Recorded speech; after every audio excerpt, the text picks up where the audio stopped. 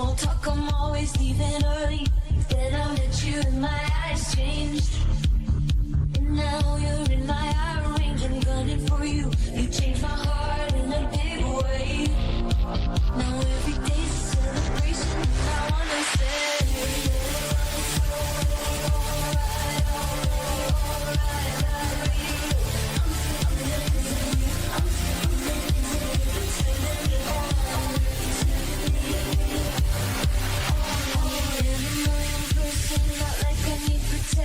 it's just that I wanna change and go in your direction. Got your laser beam, you're on my teen dreams. And if I knew you in school, you'd be too cool for me. Then I met you and my eyes changed. And now you're in my eye range, I'm gunning for you. You changed my heart in a big way. Now every day's a celebration, and I wanna say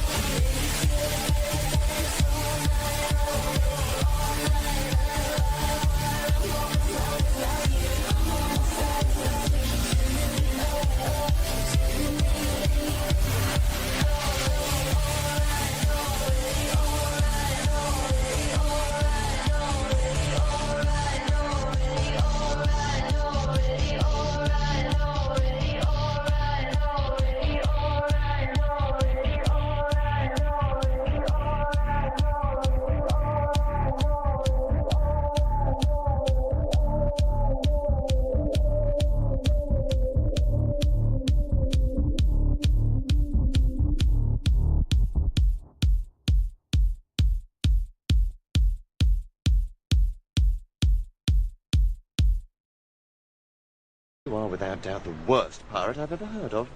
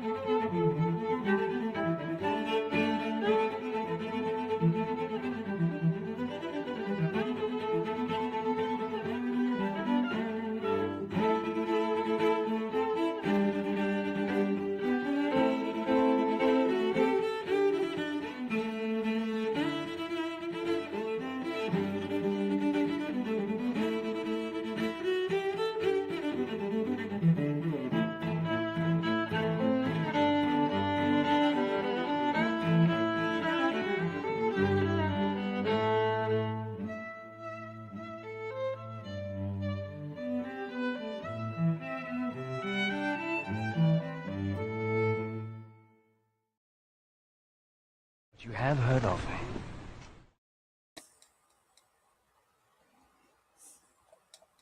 All right. We are once again here. We have a lot of God of War news to cover that almost could have made a whole show out of it. But we have much more things to talk about as well with other gaming, live action, video game adaptations, as well as the crazy corporate news that we all kind of expected to happen. But we really need to start this off right. And that's by saying that it's Wow Wow.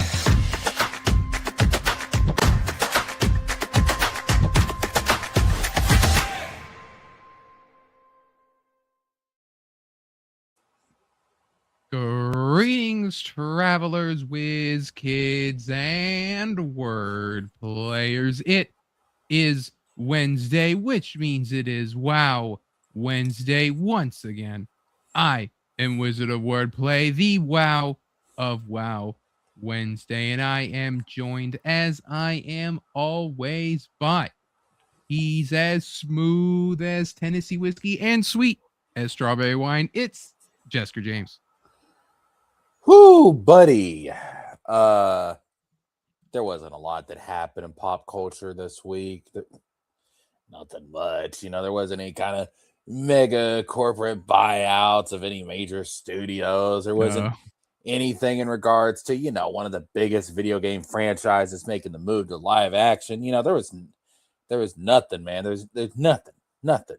Slow news week. Very slow news week. What we also don't even have tonight, because we'll have to push into next week, is there's a whole ass fucking trailer for Lanterns out. We can't cover that this week. You know what, man? There's not a lot going on. I don't know what you're talking about. I didn't see no Lantern stuff. There's nothing going on at DC. No. There's nothing going on at, DC's parent company, Warner Brothers. Nothing. I think we ought to just cancel the show this week. We gotta just cancel the show. There's nothing going there. We could just sit and talk about Yu-Gi-Oh! And Kingdom Hearts all night. Oh, don't tempt me with a good time. But sadly, truthfully, honestly, there is no news with Yu-Gi-Oh! And Kingdom Hearts. God. One day it'll happen. We can't end the show. We can't stop doing Wild Wednesday until we can cover Kingdom Hearts on here. Maybe this month. It is the anniversary again, so maybe. Oh, it's definitely not happening. It ain't happening until I'm gonna get my hopes up. I am. Yeah, we gotta look forward to something. Otherwise, what's there to get out of bed in the morning? Yeah. There's no reason to get out of bed. We're gonna fight Darth Vader at some point. Right? I will have that boss fight. I will have a reaction command to chug Palpatine down the generator shaft. That will happen. What if it's Star Wars, but it's Last Jedi? What's the Rise of Skywalker? I meant. They're not gonna do that. They wouldn't dare do that. What if I am all the Sith, I am all the Jedi, and Gorge. Oh, Gorge, Ray, you're the chosen one. Yuck! I'll be like, Goofy, shut the fuck up. You bring balance to the Force as Anakin once did. I'll be like, Goofy, I swear to God, I'll take Bob Barker's advice. Have your pet spayed or neutered today. Anyway, before we get to the drippings of the slow news week that we have to talk about, let's say hello to the chat. So far, we have Victor, the Lore Seeker, hello, and Roygen as well. Says 4 stream with Yu-Gi-Oh! Yeah, fourth straight Yu-Gi-Oh! Conversation. I said last week there'd be no Yu-Gi-Oh! And I stand firm on that because I have not watched any Yu-Gi-Oh! I did play a little bit of it, but otherwise I have not watched any Yu-Gi-Oh! So Goofy's a cow. Yeah, that is the kind of thing that Goofy's supposed to be, a cow, but no, he's not. He's a dog. He's a dog. Yeah, I believe it was the very original Goofy was a cow or something. I've seen that before. I don't know where it's from. I mean, that may explain why he's often paired with Clarabelle. Yeah. Yeah, Goofy is a dog because he was Dippy Dog before. Yeah. Yeah, I remember the He's Dippy not a Dog specific thing. breed like Pluto, but he is just a canine. Wait, what breed is Pluto? Pluto is a pet dog. Well, I believe it's like he's an actual like dog because he's not anthropomorphized. Oh, I thought you meant like there's a breed that he's supposed to be. They may have like had something in mind when they drew him. I can't imagine what though. He doesn't look like any breed I know of. He looks kind of like a fucking what's Great Dane, but I don't. Oh, that's Scooby Doo. Yeah, but like he's kind of hairless like a Great Dane. Officially a mixed breed dog. He made his debut with Bloodhound in the Mickey Mouse cartoon. Yeah, he's a mutt. Maybe a bloodhound mix.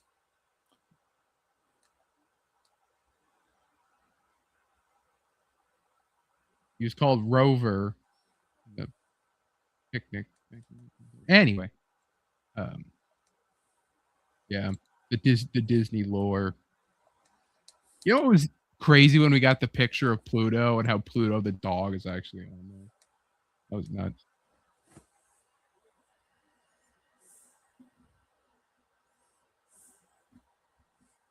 Like there was that like spot or something that people were like, no, put the ears and the nose on it, and look, it's Pluto. It's Pluto.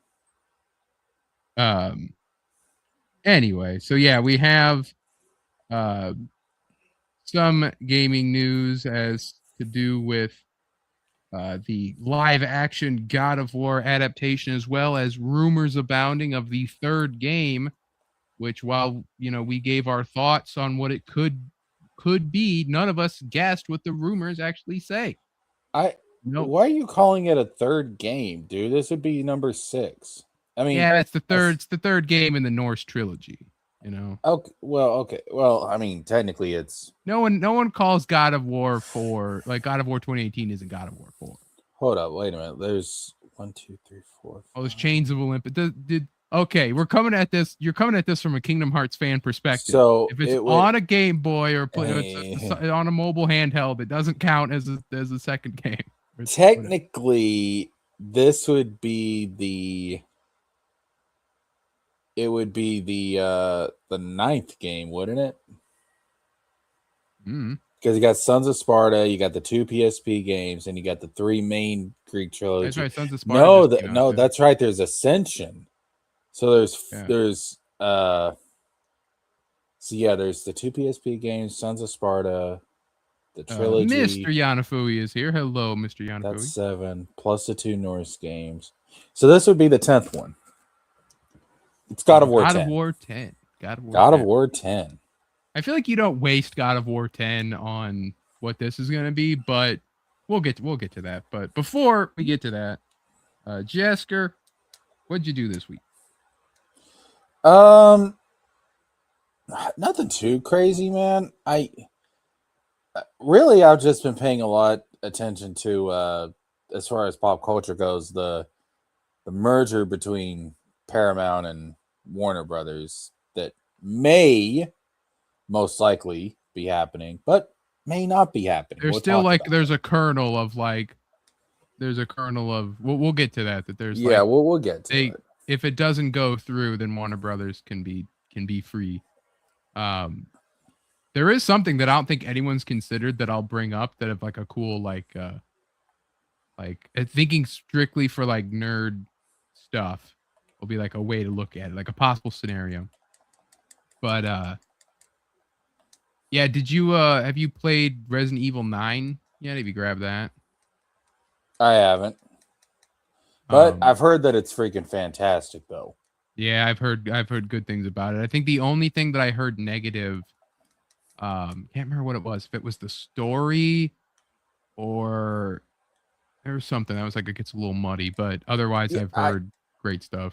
Yeah, I know there's some plot points that are a little like, I don't know how that lines up with what we find out in specifically Resident Evil 5. It's stuff tied to Resident Evil 5, but well, I'm not going to spoil it, but there's some plot points. People are like, I don't know about this. Yeah, I have yet to watch all the cutscenes for it. That's usually what I do with the Resident Evil games. Really ever since 7, because that's when I started paying attention to the franchise. But so really it was just 7 and 8 is what it's like. But I've tried to keep up with. I did like the Ethan Winters kind of storyline, but I hear the horror is pretty good when you're playing as Grace. When you're playing as Leon, it's like it's not scary because it's not meant to be. They did strike the balance between the two play styles they wanted to do. So Grace is the horror side of things. She's more the stealth character, whereas Leon is more the action character, which again does make sense because Leon's more experienced when it comes to all this stuff. This ain't his first rodeo. Mm-hmm. And he does have like references to the other games and stuff in his dialogue, but yeah, Baki is also here. Hello, Baki. Welcome to the show. Yeah, so I'll might give Resident Evil 9 a watch, but where do you go with 10? But I'm not like really my thing with Resident Evil with now. It's the fun with guessing Resident Evil stuff is to not go with what's going to be about. I don't know none of that stuff. There's apparently going to be a DLC for 9 that's going to bring back like a lot of characters. I don't care about that stuff. What I care about is what the subtitle of the game's going to be, because how do you fit the fucking number in there? That's what I care about. Let's see. Requiem didn't even fucking bother. I'm trying to think. Let's see. So it's got to be something like Extinction or like stuff like that, right? It's going to be, you got to think of the X.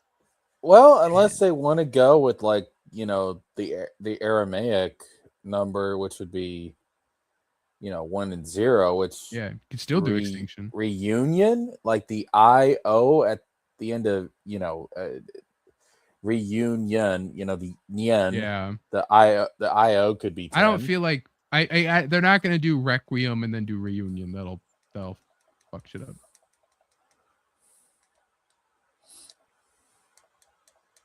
They'll probably want to have something a bit more unique, but plus I could imagine Final Fantasy is going to be Reunion, but who knows? No. They've already used that. Oh. Yeah, because the Crisis Core remake is called Crisis Core Reunion. Oh. I think the part 3 of Final Fantasy VII, I have a feeling it's going to be Redemption. Because I think they're setting Sephiroth up for a redemption arc. I mean, I've heard there's remake, there's rebirth, there's yeah, I've heard a couple of theories, but it's like what if they just don't they gotta keep the RE though. Like they can't like they're going to. Yeah, they're going to. Yeah, they can't swerve it. They're not gonna do that.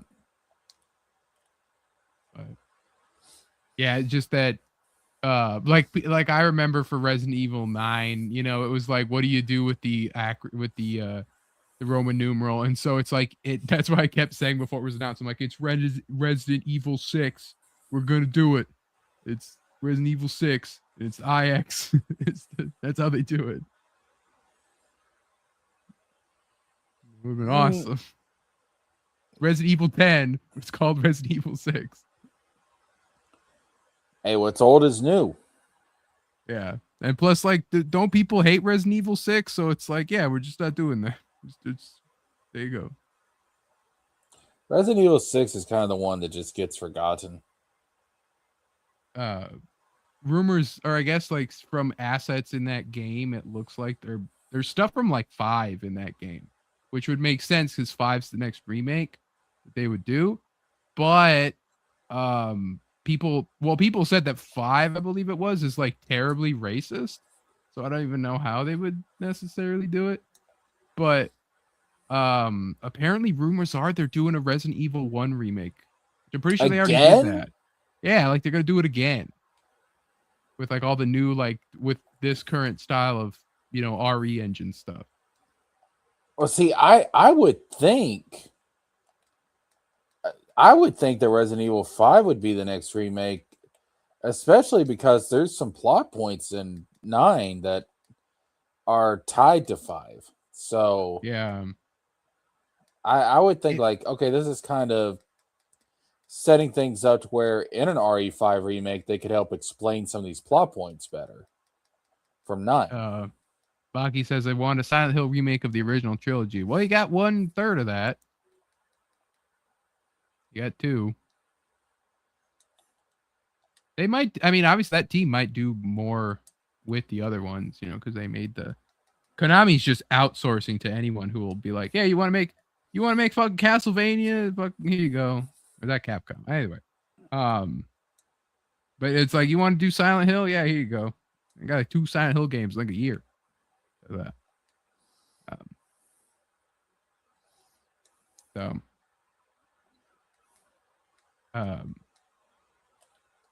Anyway, what did I do this week? Still going through X-Men stuff, not as often, but I'll probably will hop back onto that. But I tried to like watch them at work, which I can do. It just drains my fucking phone battery. But anyway, so I didn't really get to do much of that. Didn't play any games. There are some games coming out that I'm like, ooh, I kind of want to grab that. Like we might talk about it next week and kind of do a deep dive before it comes out. But Crimson Desert looks crazy. But so many people are like kind of like wanting to harp on it because it almost seems too good to be true, like a cyberpunk kind of deal. Where it's like this game's got too much going on and it's got too much like something about it. Something about it ain't right. But we'll go over all that probably next week, as well as the Lanterns trailer, which now watching that trailer, it makes a whole lot of sense why it's not called Green Lanterns, because there's no fucking green in that trailer.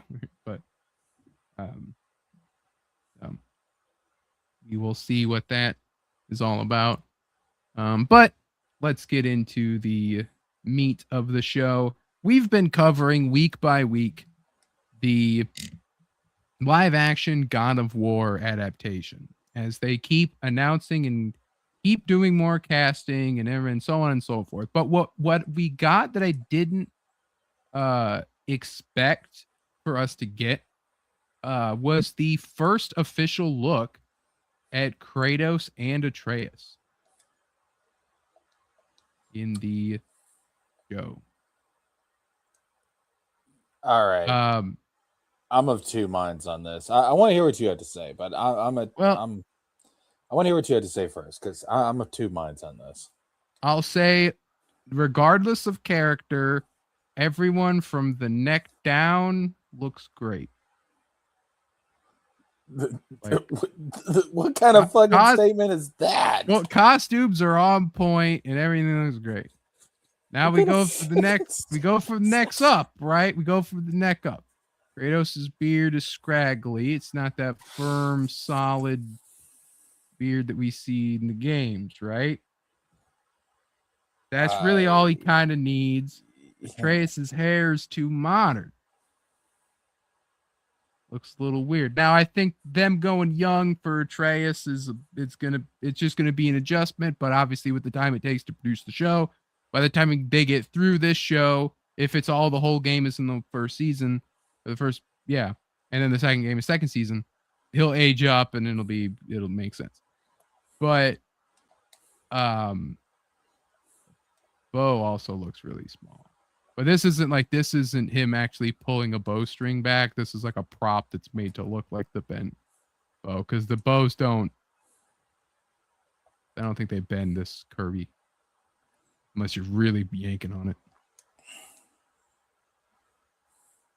But I mean, like this looks like the costumes, like they perfectly recreated them. Got a scar. So, all right. So I'm of two minds on this. Kratos, I think, is fine. I just don't have an issue with Kratos. I know people in the chat are saying, "Oh, he's got like the beer belly." He's got that in the game though, a little bit. Yeah, exactly. Like, go back and look at that game. Like, he does have that in the game. Like, that's He's got some abs, but this is more like this is what a normal man of his age and build would right. look like. Like back in the old times, they weren't doing fucking crunches and shit. Like they were just all arm stuff. People have got to understand, like, if you want somebody that's going to look exactly like Kratos with that exact physique, he is a god. That doesn't exist in the real world. For the love of Christ, that doesn't exist in the real world. He's a god. You're not going to find a live action actor to perfectly get that down. So to me, No. Kratos is fine. I don't have any issue with Kratos whatsoever. Now, Atreus is what's throwing me off. All right, Atreus is throwing me off big time. It's the hairstyle. Yeah. Because that does not look like Atreus' hairstyle. Atreus' hairstyle is like, it's kind of somewhat shaved on the kind of shaved on the side, and then like the middle is like a little bit spiky. Just got a slight spike to the hair. It's the haircut we all had when we were his age. Yeah. So Atreus is the one throwing me off. It's the hair is what's really throwing me off. Also, correct me if I'm wrong, but Atreus' hair in the game has like a reddish hint to it, doesn't it? It's got brown and then maybe with some of the lighting, but maybe definitely it's the isn't. lighting. Yeah, it's not. It's never made a prominent thing. Well, I mean, it's not like a bright red. It is kind of a brown. It's kind of a rust color. Yeah. Like what my beard color is. Yeah. I guess there's some red here, but yeah, which I'm pretty sure that comes from his mother, but yeah. Well, yeah, I would have to. But yeah, like that's what's throwing me off. That and the age. Like, he looks too young to be Atreus, but I'm like you. It may be a thing to where they're trying to keep him a little younger. That way, as the show continues, he ages more into the role. Which I get it, but it's going to be weird during that first season. You know what I mean? Yeah, it's going to be hard to. He's going to look like just a little munchkin toddler. He's just going to be like running around with his little knife and especially when we get to the second game and he's with what's her name, Angraboda. Yeah. And it's like there's obviously like some romantic stuff going on there with a kid this young. That's not going to be very believable. No, I mean, so I don't know how old he is, this kid, but he's been acting only for a couple of years. He was in like the Chucky show. I thought he was in the reboot, but he was in the Chucky show back in 2023. So he's only been acting for like 3 years. But yeah, the other thing is that, I'm looking at his appearance. I'm trying to think like, okay, maybe they're going to do like the thing where he ages into it. Maybe. But I also have to consider, like, we've not seen the auditions. We've not seen what the casting crew has seen of this actor. And maybe he's got the right personality to be Atreus. Like, they give him this haircut. Yeah, that haircut. Oh, yeah, that haircut's much better. Trim it a little bit, but that would have been perfectly fine. That's much better for Atreus. But maybe they saw something in his acting to where it's like, oh, yeah, that's Atreus. Like, the way he talks or his personality just something like that, and it overrode the physical appearance thing. That's a possibility. I don't know. I wasn't there during the audition. They didn't come and invite me to watch the actor's audition for the role. So that's entirely possible as well. Until we get a trailer, we're not going to know for sure. Yeah. But Atreus, I'm iffy on, but I'm willing to. I'm waiting for a trailer. I'm waiting to see what he looks like actually playing the character before I make a final judgment call. So one thing that came out of this, because this had a lot of people going back and forth. There's been a lot of people, even here in the chat, it's like Kratos has got a beard gut, it's like his beard looks weird. The Atreus' hair is weird. Atreus looks like a little munchkin, like all this stuff, but the costumes look great. Costumes are on point. And obviously he's the perfect amount of the pale from what Kratos looks like in the games, the exact painting and everything looks good. But there was a lot going back and forth. But the actor, Ryan Hurst, posted cryptically, he says, "Don't believe everything you see on the internet, kids." So it's like, what is this referring to? My thinking is this isn't them filming. This is costume or lighting test. And they're going to... You don't think this is actually from the show? I think it's related to the show because obviously they posted it, but it's their first look. Series is now in production, but this could just be like, all right, let's throw you on the costumes, let's test the makeup, let's test the lighting and everything, and let's post a picture before we take you into hair and makeup and we change the beard, we change the hair. Possibly, yeah. And they're in pre-production because it's just kind of started. We're getting the castings kind of drip fed out, but I don't know, maybe there just could be something there, with what he's saying about the don't believe everything you see. So I guess, yeah. I mean, this could be very misleading. I guess that's a possibility. Trying to load an article in. Yeah, so we'll see. But I mean, like I said, it looks good. What it reminds me of is Last of Us. Remember when we got like the first images of Last of Us, and you see like Bella Ramsey's Ellie, and you're like, she looks weird, and like Pedro as Joel kind of looked all right, but I think at the time you're like, he just looks weird, and so it could just be that. It's that like, what are we doing? Like, are we why do these look weird? And it's because we're picturing this, we're picturing these guys because they are real actors at the end of the day, especially Atreus' actors, literally his exact face, Sonny's face. So. Yeah, I just think, I mean, honestly, I think judging this based off of just one image, it's it's a little premature. So it's a little premature. So we're going to have to see a trailer. We're going to have to see more, but I'm not shutting it down right now. Yeah, some people are like, it looks good. Other people are like, this looks like AI. It needs the beard.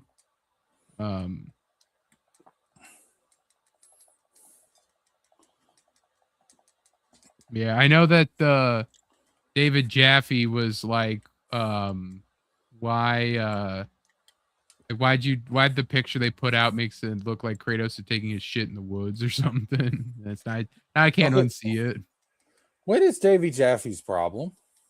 He just is mad because he doesn't have control over the fucking thing anymore. Get over it, dude.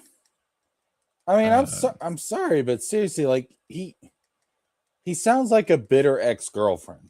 Oh, he is. Yeah. And it's kind of, it's honest to God, it's kind of pissing me off because like I appreciate that he created the fucking series and all, but at the same time, it's like, bro, if you want to control, I mean, how do you lose control of the series? I think he just he either left or he got fired.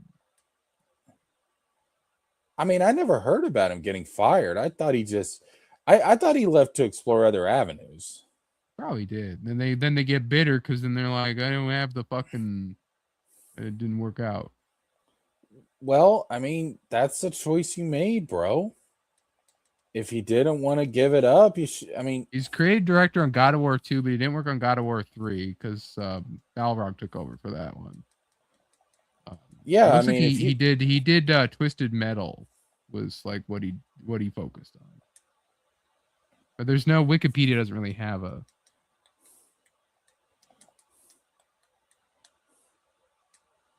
whole thing.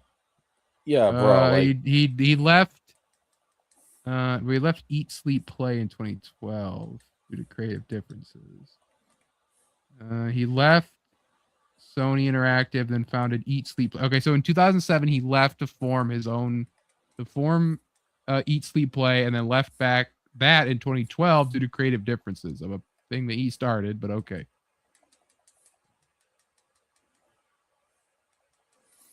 I don't know, man. that he made Drawn to Death, and that's the only thing he's worked on in almost 10 years. I don't know. He sounds like a bitter ex-girlfriend to me, bro. Yeah. I mean, he should have found a way to stay on if it really meant that much to him. I mean, it's kind of like, imagine Nomura retires, all right, and then they keep going with Kingdom Hearts, and then Nomura starts bitching about Kingdom Hearts, the direction it's going in, and it's like, well, I mean, you didn't have to retire and give it up, like you chose to do that, like Lucas. Like Lucas is kind of like that with Star Wars. It's like, Lucas, you sold Star Wars. Is he really though? Because I don't hear him really talking about it. No, he doesn't. He doesn't like go at it that like Jaffe does, but he's mentioned it. I remember the white slavers comment, right? Was like a thing from like. Oh yeah, but that was like before he sold it to Disney. No, it wasn't. He said like it's like Disney owning. It's like something about white. It's like white slavers owning or something like that. No. Like That when he looks at it. no, he wasn't talking about Disney owning Star Wars. That was something. I'm pretty sure that was something he said like in the 90s or the early 2000s. Like I think he was working on prequel era stuff when he said that. No, this was an interview that he did back in 2016.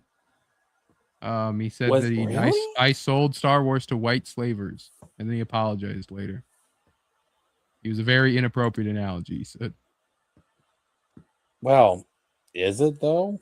I mean, Song of the South is a thing, even though Disney tries to hide it. So.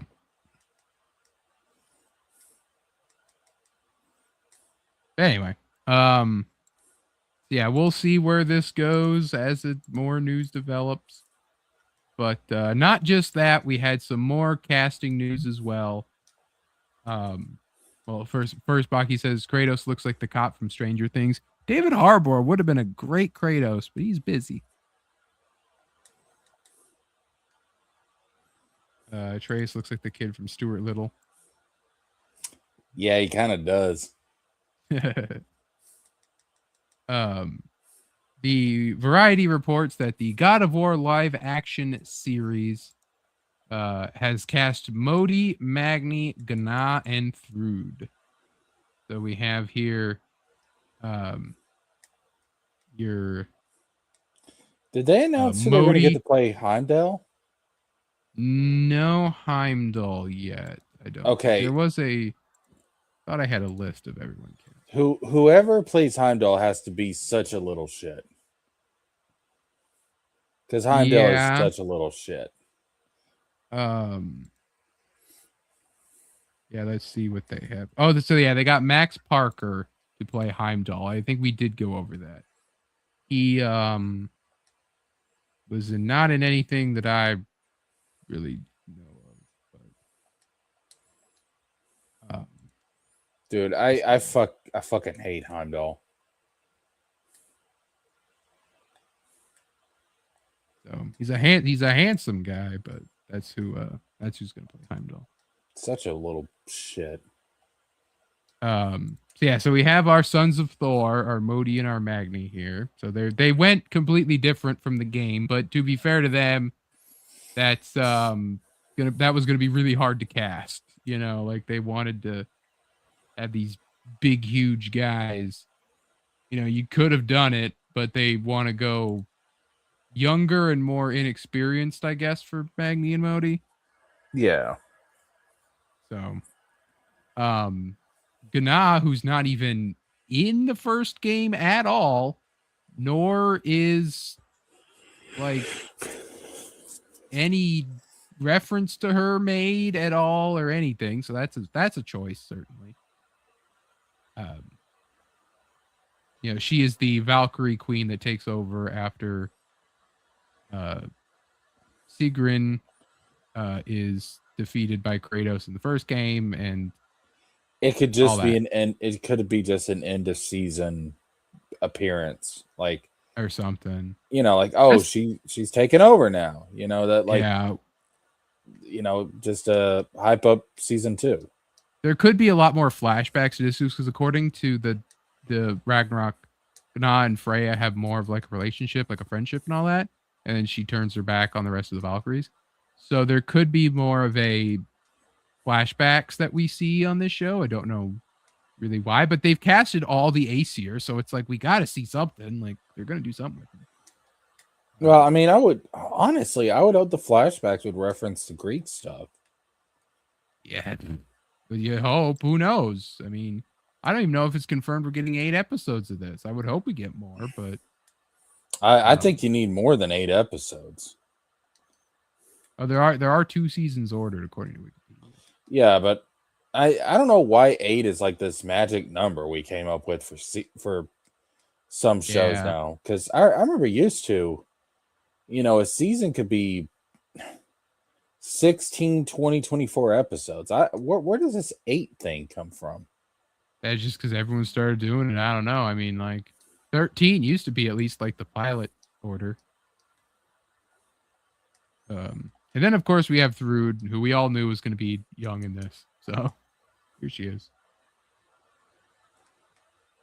So we'll at least get her before she's introduced. I do like that we are seeing the Aesir people more, but again, where's Freya? Where is Freya? She's, I believe, the only person not casted of the main groups. Yeah, they have here the Wikipedia. They got to be saving her for some reason. They bark on a journey, spread their answers. So yeah, so Ryan Hurst is Kratos, Callum Vincent is Atreus, Teresa Palmer as Sif. Why is it Phoebe / Sif? That's weird. Max Barker is Heimdall. Okay, so Olafsson was confirmed as Thor. That's good because he is a great pick for Thor. He's a huge guy. Mandy Patinkin is Odin. Alistair Duncan is Mimir. The only person yet to reprise his role. Danny Wardburn is Brock. Jeff Galka is Sindri. Ed Skrein is Balder. Lewis Cunningham is Modi. Evelyn Austin is Thrud. With Ben Chappell as Magni. Weird that Modi is part of the cast, but Magni is part of, I guess because he dies first. Magni dies first, so I guess like we'll get more Modi, I suppose. Evelyn Miller is gone. And that right now they started principal photography started February 27th, 2026 in Vancouver. Is expected to wrap on April 7th, 2027. So that's why that makes me think that was it. That image that we saw here, that's not the final. That's not them filming. That's them doing like. What if they put that image out to gauge people's reaction to it? Thor sibling scenes, hopefully. Yeah, well, definitely. We're gonna hopefully see Thor kick the shit out of Modi. That'll be interesting. Because you only ever see the aftermath of them. Because you won't need to build up the hype of Thor and Odin being like mysterious. I still hope they do, because the looming presence that Odin and Thor have in that first game builds them up with such hype aura that I'll say Ragnarok didn't live up to. But Swan is here. Said casted isn't a word. Damn it. It's like I don't know. Like saying it. Like they were casted. So yeah, so it's we'll see. I like that scene where Modi's all like, oh, he blamed me and he beat me to the inch of my life and all this, and then we see Thor in the sequel and he's all like, I'm trying not to be a drunk anymore. But I guess it's like that will serve it if we see brash drunken Thor being a piece of shit in the first game, and then we'll juxtapose that to the calmer, more subdued Thor. Yeah. And we'll see in the second. So what do you think about the idea that they may have just put this picture out to gauge people's reaction to it? Well, that is generally what they do with these first image of this and that and this other thing. It is generally a reaction type thing. And then they're like, okay, now we're going to take it back to the drawing board and all that. But if all this really is just costume and lighting testing, then they're good. They nailed it. They're doing a good job, and it's like all they got to do is just change the hair of Atreus and Kratos and you're good. You're golden. You've done it. So I wish Atreus was a little older. Because I don't know how that's going to work out. Especially, it's fine for the first game. But like he really does like grow up mentally in that second game. And I don't know if that's going to be believable. They'll probably, like I said, I couldn't find out how old the kid is, but the pipeline of development will probably be the same for the show as it was for the game, and that game took like 4 or 5 years. Plus, the game started like 2 years before the game came out or something. So it's like Sonny grew up a lot in the course of 18 to Ragnarok. They might end up just recasting the kid too. They might just end up doing that. That happens. That's possible. I don't think they would because I think he's going to grow up pretty fast for what they want him to be. So. I mean, if Ash Ketchum taught me anything, you stay 10 years old for quite a long time. So yeah, that's true. I don't know if I buy that he's going to grow up fast or not. May Thor take a looked couple cool of at decades. the end of the first one. Yeah, if you look at like Thor versus how he's depicted in the after the end credit scene or whatever you want to call it, the finale epilogue, and the statue, and he just looks like cool. Then you get in Ragnarok, and he's still kind of cool, but he's just big and fat. Like, I was one of the people that was kind of like, this Thor's kind of not as cool as what it wasn't what was promised, I think it works for the story, though. It does. They made Thor sympathetic and not just like the blind rage. He should have been like an allegory to Kratos in that way. We should have just been like a blind rage fucking cool guy. But I don't know. I mean, like it worked. I just wish we got more time. And obviously with the 2 games being cut, possible 2 games. Well, okay. Let's move right along because we'll possibly see more of Thor in the 3rd/10th game that is rumored abounding. Take it with a grain of salt as I don't trust this report, but we'll get more stuff later. The secret is finally out of bed. Cory Balrog's quote new IP, previously rumored to be sci-fi themed, is actually an expansion of the existing God of War universe with a new franchise. I don't know about new franchise. That seems like that's a weird way to put it. That I think this is like this guy trying to like grift off of it. But what we got here is Nate the Hate, who I'm pretty sure he gets referenced a lot as being an informant. So here's what I've heard. The game is set within the God of War universe, and the lead character will be Faye. Gameplay is said to be to differ from the Norse God of War games with more of a focus on action.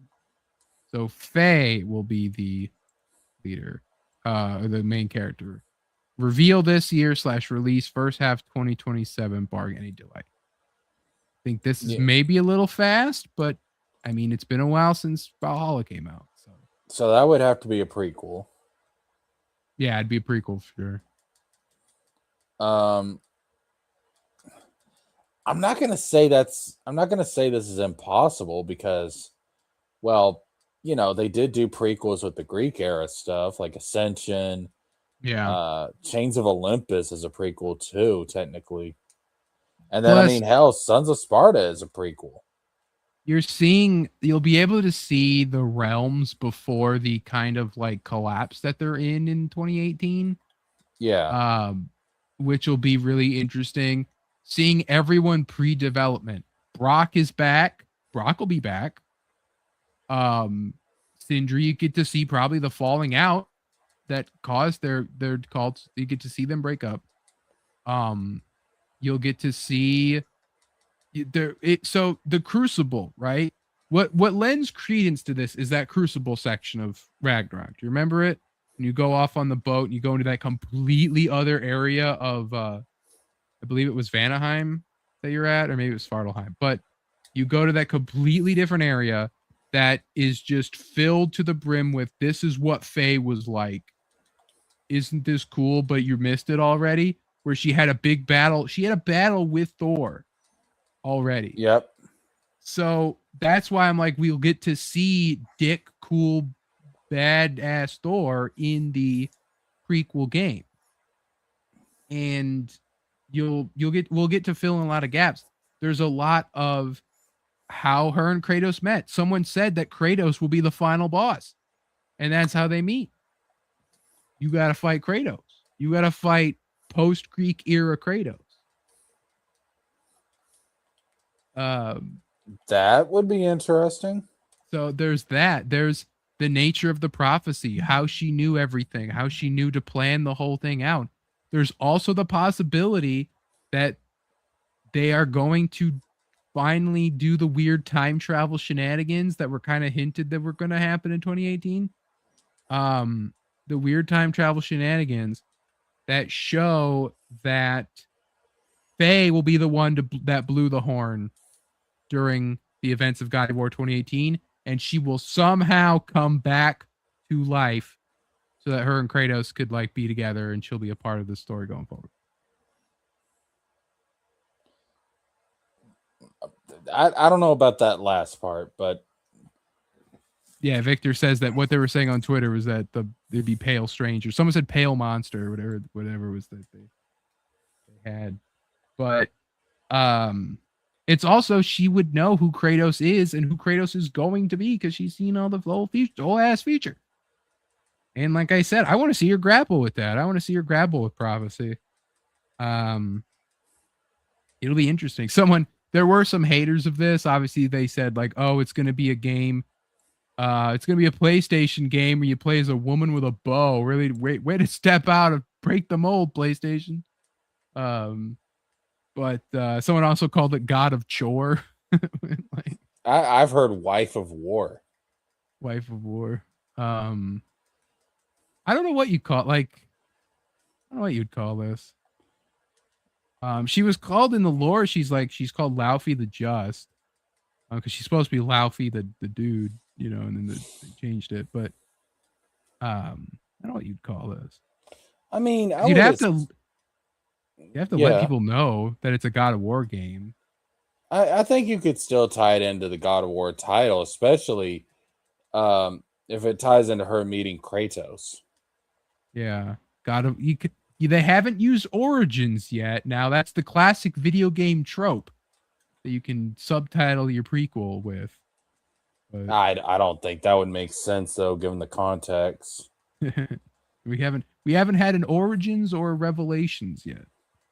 I mean, if anything, Sons of Sparta would be God of War Origins. Well, yeah, but wasn't there the other?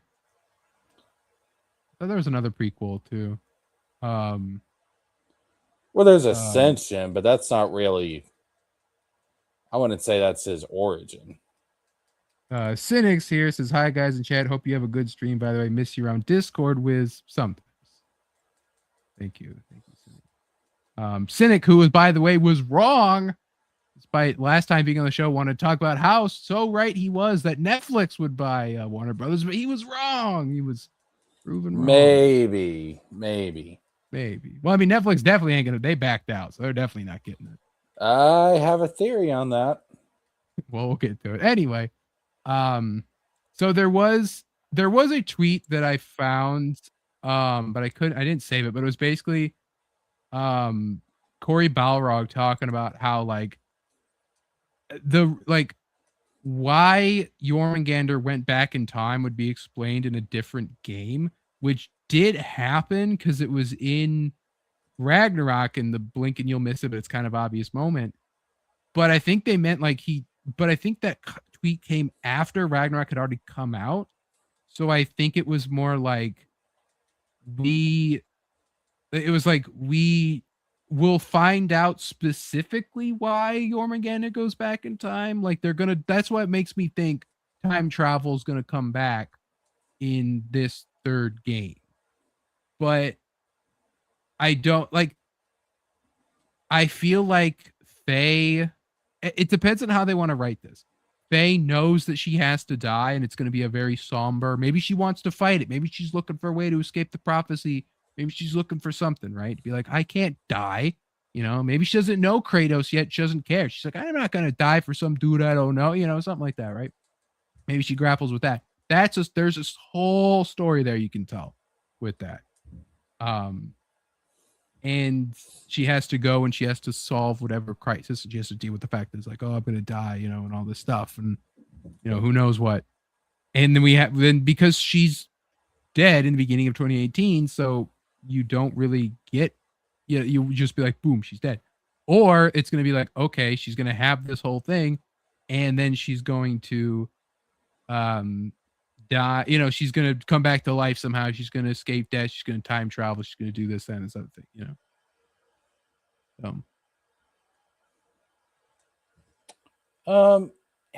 How likely do we think this is actually going to happen? How this game is this what they're working on? Yeah. I'd say it's pretty likely. So, if you look, so this was a IGN podcast about God of War that Balrog was on. If you listen to what he says, it's very much like a hinting towards that this is with hindsight. If you listen to him, you can kind of maybe guess this is what he was going for. Shut up, Corey. All right. Obviously, you're saying you have sort of the forward of what comes next. You have that what that image means in mind. Did you have everything before the game of how long this is after the last God of War journey we've seen? How much older how Kratos long is? is this after the last game? Yep. Cool. All right. Anyway, we've been pretty specific throughout all of the development of God of War to not commit to a date or any time periods. For me, I wanted an expanse of time from 3 to explore the rock bottom of Kratos, right? So that what happened before this is a really cool story, something that I've sort of laid the beats out for, but something we're not really talking about today. Sure. So that when you kind of see that story as it folds into him arriving in Scandinavia and meeting Faye, all of that is a really awesome story. Mm-hmm. But for me, a lot of people say, why didn't you tell that story? And it's chronologically, it fits beforehand, but it is way more interesting to look back on that when you find out her power and control. If you find out who she is and you find all that information first, this story doesn't work as well, right? This reveal and this sort of bonding between these two characters. But now, looking back on how he got there, that to me is far more interesting because now you feel like you totally understand everything, but you don't. Can you make a game where she's the protagonist, though? Can you say that? Could be amazing. So, and this was for the original. This was for 2018. So it's highly possible that he does want to tell that story of how he got to Midgard, how they met, and all that. And I think that not only doing it a prequel, right? Because the thing is, if you do a sequel and you run off to Egypt without doing a proper third Norse game, we got 3 Greek, we got more, but there's side games on it. 3 Greek, you do 3 Norse. And I think that doing a prequel will better help Ragnarok flow better. Because as we've said, Ragnarok it's good, but it just feels like it was rushed. It felt like it's missing depth and it's missing a piece. So I think doing a prequel with Faye before pre-character development, everybody, Odin, height of his power, wife Freya to Odin, if depending on when it takes place or whatever, right? But like all because I don't know how long, if they establish how long the giants live, but this can be, way, way, way back. And during the war with the giants and the AC or whatever, Tyr is stomping around and he's, all this stuff. And so they can do that and have it bridge that gap in make Ragnarok not feel so half of a game. Yeah, I agree with you. I would probably say, because if across both of the Norse games, there's so many things hinting like toward Faye and the whole story about how Kratos got to Midgard. There's just a lot of stuff there about the lore that is told but not really shown, and a lot of it's left up to interpretation and a lot of it's left ambiguous. So I do think that this, I'll say this has got a 75% chance of being true. So if we're looking at this right now, if we're like, okay, this is the next thing that Sony Santa Monica is working on, besides like the trilogy. If they're only working on the trilogy remake right now, then that's fucking crazy. And it's like, all right, you could outsource that really easy. But anyway, if they're working on, like, their main group is working on this and Balrog's working on this, do you think we're of the list, are we getting God of War 3, Kratos in Egypt, Son of War spin-off or whatever it's going to be, or Wife of War prequel? So I think you're getting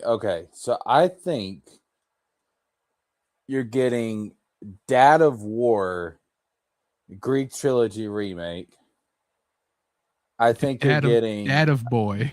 I think you're getting Wife of War Norse saga prequel, and I think you're getting Son of War in Egypt game. Like I am going to hold this opinion until I'm proven wrong. I don't think it's an Atreus spin-off game. I think Atreus is going to be the main character of the next mainline God of War.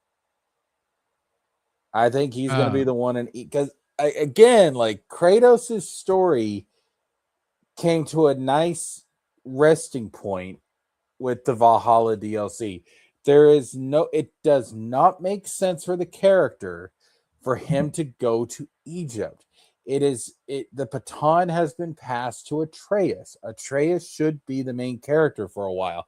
Not saying Kratos is never going to come back as the main character. Of course he will someday, but you got to give Atreus his time to shine, man. That is, like, we've talked about, like, where Atreus could go. I said that him going to England or Scotland or whatever would make a good side game. But that is something that we could definitely get an answer for in this Faye prequel if we're getting it, because Faye being a giant and being there when all the giants, like, did their whole, like, we're leaving thing, we'll know probably where they went. And I think they went to Egypt. Yeah, well, they went to Egypt. If they all were like, we're going to go all around, they could have went all around, There's a giant over here, a giant over there, like, you see that? You see fucking Kali in fucking India? She's a giant, right? Or something. Well, they can do whatever. Kali Ma Shakti Day. So we'll see. But we did have from the Blue Point leaks, a lot of that stuff that we were reading last week got confirmed, including the canceled God of War live service game. According to Bloomberg, it would star Atreus as he fell into Hades. The loose idea was for players to control different versions of Atreus as they fight in the underworld. a lot of the game design was still in flux. So that was one of the things that Bluepoint had pitched and got shot down on by PlayStation. And that, yeah, most likely they're like, yeah, you're not doing Atreus either because Sony's gonna do Atreus, or like you're not gonna work on a fucking. I mean, I say that, but I guess those other guys just did that Sons of Sparta thing, and that wasn't Sony Santa Monica. Like it was kind of Sony Santa Monica, but it was like obviously a complete different studio. So I guess it's not impossible for other studios to do the side games, but I wouldn't want Bluepoint to do that. I wouldn't want it to be live service, and that's not how you do Atreus as a side game. Is to be like, oh, he's going to Hades. Like, why is Atreus going to Hades? Like, that's dumb. I mean, it could be the Roman stuff like we were talking about. That may have been one of the ideas they were throwing around. But I think it's too safe to be like, oh, let's have Atreus go back to Greece, but only Hades. And it's like, that's dumb. Like, it's like if you're gonna do that, give it a full-blooded fucking game where he goes back to Greece and he has to deal with what his father did, and everyone's looking at him like, you're the grandson of Zeus, you motherfucker, and he'd be all like, I don't know who that is. Like, so that's the thing. That's something you don't consider if he goes to Greece. You're the grandson of Zeus. Yeah, man, he's gonna be new king of Olympus. Fuck it. Zeus was right all along. Like, Kratos was gonna be it wasn't going to be Kratos that was going to take over Olympus. It was going to be his grandson, not his son. But no, like, I'm telling you, man, the giants went to Egypt.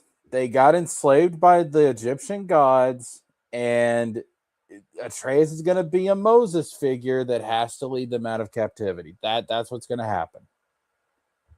And then it's Kratos, too perfect. Tyr, and fucking whoever else are going to become the three wise men. And they're gonna. We're not gonna see Kratos. Now there may be segments like Kratos segments in the game, but for the most part, I think it's gonna be Atreus.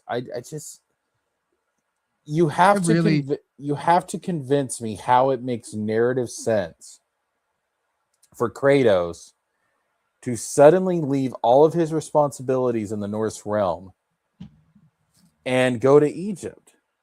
Well, I laid it out that there was the time where the Greeks fled to Egypt when Greece was under attack by like the monster guy Typhon. Yeah. So it's like either Kratos, you need to help us, or Kratos, we've kidnapped your son, or Kratos, or Dad, I'm in Egypt and there's Greek gods here and they'd help me. Can we stop with the Atreus game, guys? Why do you want to regress Atreus as a character?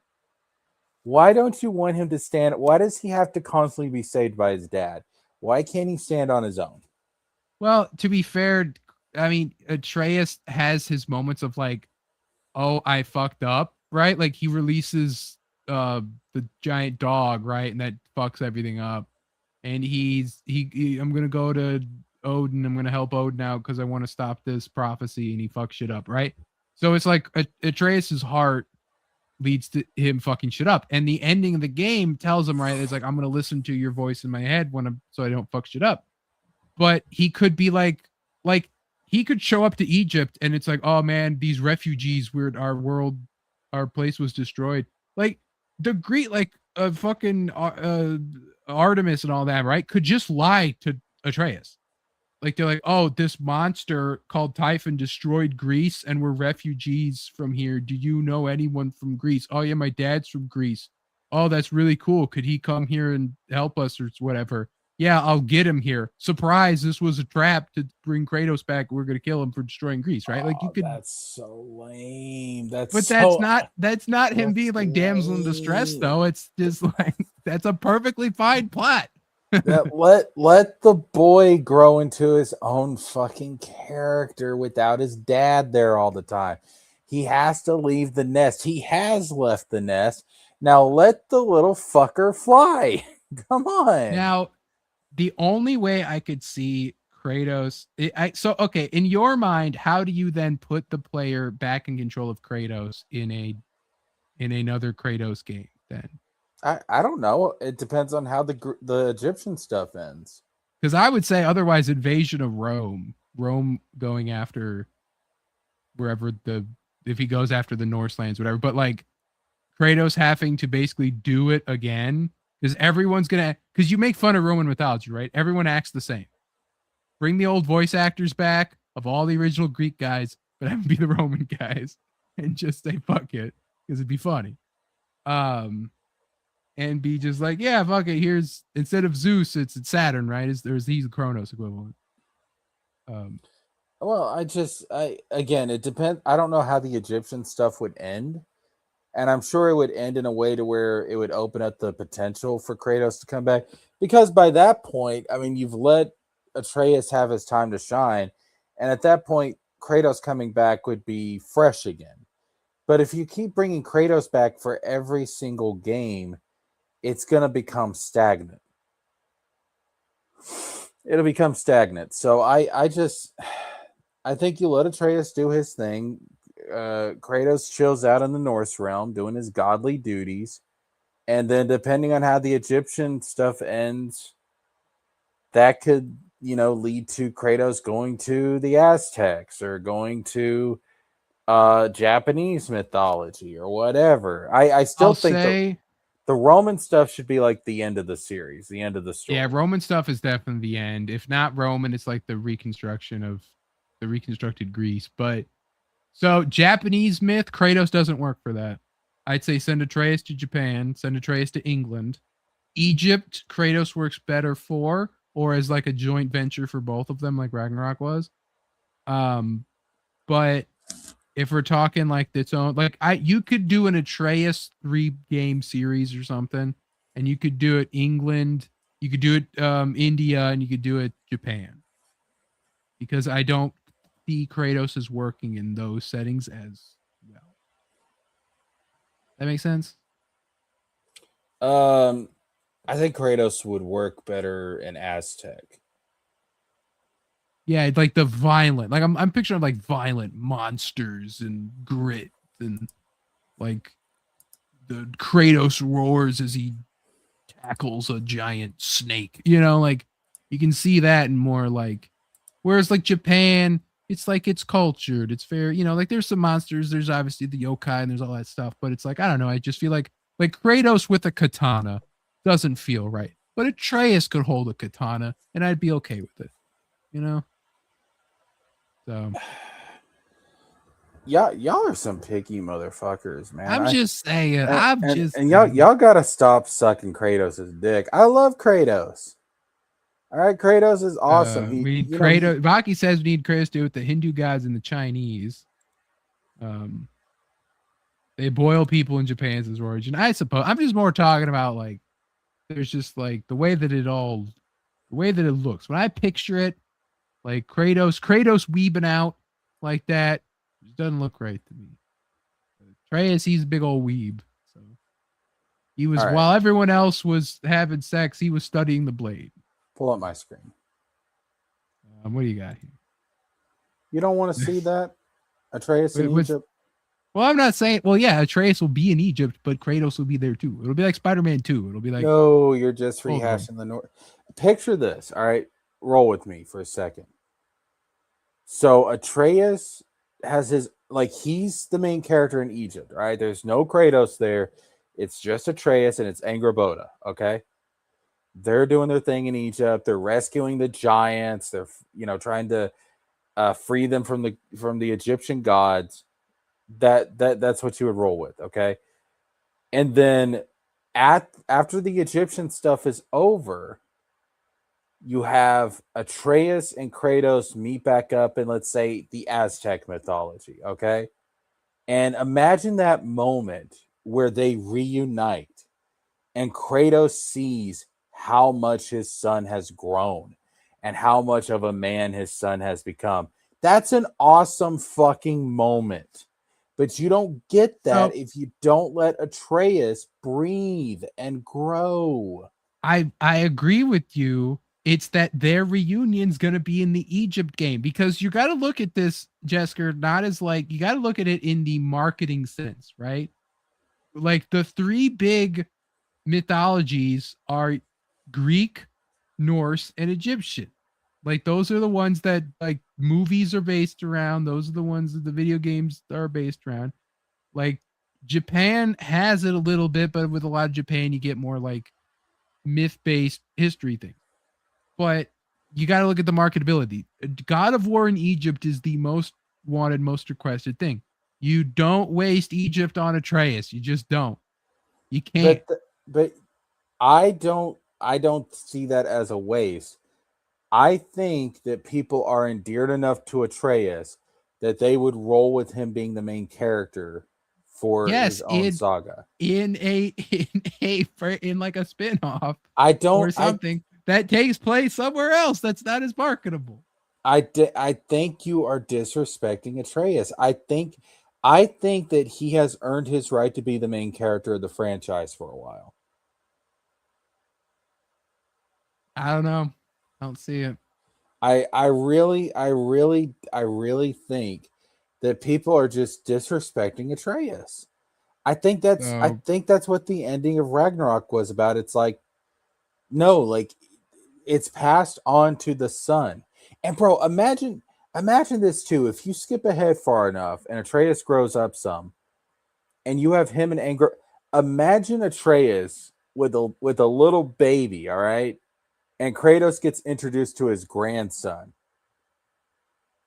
Well, okay, if it's Angrboda and Atreus, they can't. Whose kid is what kid are they holding? What do you mean? Well, because Angrboda and Loki create Jormungandr, which we saw them do. They created Fenrir, which we saw Atreus do, and they create Hel, which we haven't seen. Which my personal theory is that Mimir and Sigrid are going to become the Hel equivalent, because the giant bird wants to retire from being the guardian of Hel, and because Sigrid is all like, I fucked up and I don't want to be a Valkyrie no more. What's Hel, Jesker? Hel is half living woman and half corpse. What's Mimir? Mimir's dead. What's Sigrid? She's a living woman. I'm just saying, right there. I figured that out when I was playing that fucking Ragnarok. Anyway, but no, so it's like you got to think about Loki's children, because Loki, he's Loki. At the end of the day, he's not just Atreus, he's Loki too. Yeah, I understand Roygen says, but I don't see it, Jesker. Atreus being the main character, you don't see it. I mean, he's a spin-off guy. Atreus and Angrboda could give birth to the god in some other pantheon. It doesn't have to be a Norse deity. Atreus and Angrboda give birth to a baby son, and Kratos visits with Tyr and Sun Wukong, and they are the three wise men. And that's how the story franchise ends. Wait, are you saying that Loki is Yahweh? There's people that think that Loki was actually Jesus.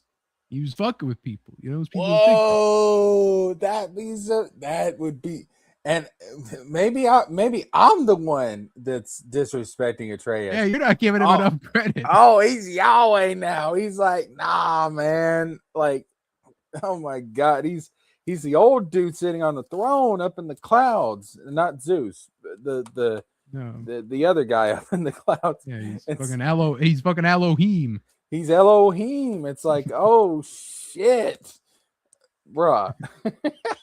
So anyway, look, we're gonna find out probably this summer, because that seems to be where everything's pointing to. We're gonna find out this summer, and I'm telling you, bro, we're gonna see it. We're gonna see a little bit older Atreus, slightly older Atreus, is going to be walking into the sands of Egypt with Angrboda, and it's going to be y'all watch that's what's going to happen. It's going to be. I do think that Faye prequel game is the smart play for them at this current juncture. Oh, I think we're going to see all three this summer. I think you're going to have a major God of War event this summer. I think you're going to They're going to start off with the Greek trilogy remake because that's already been announced. They're going to go ahead and show some footage of that, a teaser or something. We're going to get something of it. Then you're going to get the Faye prequel, and then it's going to build up to The show. the next main. Well, yeah, you'll probably get the show, but then you're gonna it's gonna end with the next mainline game, and you're gonna see a scene of Atreus and Angrboda walking into the sands of Egypt, pyramid and Now, everything. In the Imagine foreground. if Ragnarok ended. This wouldn't have made it. This wouldn't have worked, but it would have been really ballsy. So like Red Dead Redemption 1 and 2, right? Those games end and you play as a second character. So imagine if Ragnarok, that would definitely lend credence to your Atreus as you're the new man, you're the new man now, dog, right? Is they like after that part where they hug and they leave, the camera pans to behind Atreus and you just are no longer playing as Kratos. And you just all post-game content is Atreus. So if you miss something, too bad. You're gonna play it as Atreus now. Well, I mean, also too, think about the fact that there was playable Atreus segments. Why do you think they did that? Well, yeah, I mean, definitely to build to his spinoff. Oh, why is it got to be a spinoff, man? It's gonna be anyway. Let's move off of this. It's not gonna be a spin. We gotta move off of this. We're gonna hash this, folks. Every week until this fucking game is revealed, we're gonna be hashing this out. All right, it's gonna become we should make a bet on whether or not Trace is gonna get a mainline game or a spinoff. Oh, I'm all for that. I am fully confident in my prediction. I'm fully, because if I was writing this bitch, I know this is exactly what I would do. Anyway, there was another thing in that Blue Point report that we did kind of have a bet over way back, and that was about the Bloodborne remake. We do have the final point on that. So we did hear they pitched a remake of Bloodborne as their next game, but From Software said no. We were told that it was PlayStation that said no, but it was actually From Software that said no. Quote, the studio was told that the numbers made sense, but From Software didn't want it to happen. So what basically this amounts to, and the way that the story has settled now, we have Miyazaki saying that Demon Souls remake was great and he loved it, and that it actually made the team behind Elden Ring want to work harder. And that's why in Elden Ring, there's actual mouth movements when people talk. If you've played any From Software game, that doesn't happen. Every time anyone talks, they're just standing there and dialogue happens. But when Demon Souls remake, they're like, oh yeah, we took all the dialogue, when we dubbed, we made the lip sync for it. But then From Software sees that and they're like, fuck. So then Elden Ring has that. People, their mouths actually move when they talk. So it's like, that's a cool thing that they were forced to do from playing this game. But Miyazaki said, hey, Demon Souls remake was really cool, Bluepoint. Good job. Then Bluepoint's like, hey, we want to do Bloodborne. And FromSoft's like, no. Because Bloodborne is their baby. Bloodborne is From Software's magnum opus. They love it. And everything to do with it. So they're like, you are not touching Bloodborne. Only we can touch Bloodborne. So then the question is, then if they want to do Bloodborne so bad, and it's up to Sony to say yes or no, and it's up for FromSoft to say yes or no, then what's the reason we don't got Bloodborne? Is it rights issues? Sony says it's up to From Software. From Software says it's up to Sony. The real reason is it's up to Miyazaki. Miyazaki is too damn busy. He is too busy to make this shit. He has he was working on Elden Ring. He was working on Armor. I think he did the stuff for Armored Core. No, From Software made Armored Core. But there was a window, Jesker. There's a window where we almost got Bloodborne because From Software had nothing to work on. They really wanted to do it. And PlayStation was like, no, that's not what we're looking for right now. So what From Software do? They went to Nintendo. Like, hey, we got a free spot on our board here. You want anything? Nintendo's like, yes, we do actually. You got some Bloodborne. You got some stuff that looks like some Bloodborne. Here's some money. Give us Dusk Bloods. Remember we talked about that on the show. Nintendo Switch exclusive from software game. Yeah. So they got something for that. Now what Sony got? Sony got nothing because they can't work on no Blood. They can't even have Blue Point work on it. So Sony misses out. However, there is a light in the end of the tunnel in regards to that. If the stars align again with all this noise, this has made a lot of noise. Everyone cast and blame. Everyone pissed at Sony. Everyone pissed at From Software, whoever, right? This made a lot of noise. What that could mean is that maybe Sony goes to From Software again. They're like, hey, not as busy right now. There's no more Elden Ring. You got Dustbloods coming out, but that's really about it. How about you give us that Bloodborne remake? And so maybe in the hands of From Software, we can get a Bloodborne remake. That being said, you really don't need one. All we need is just like a good port to the PS5 and to the PC. But rumors about now that PlayStation, I believe I have it in here, is done with PC releases. They are, here it is. They are no longer, Sony could reportedly stop releasing their single-player titles on PC, per report from Jason Schreier. Schreier says Marvel's Wolverine is only on PS5 and may never release on PC. Which, that specific wording was also used for Spider-Man 2. Spider-Man 2 came out for PC like a year later. So, but either or. I believe the PC experiment died for Sony. I don't think they really want to do it anymore. And they are looking at abandoning it. And it kind of makes sense considering the amount of things that were like modded in Spider-Man and shit that they're like, maybe they don't want to, they don't like that. They don't want to mess with it. Well, too, I wonder if they were seeing diminishing returns.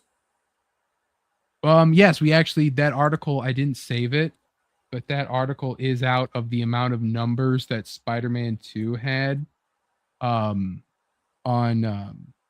Steam.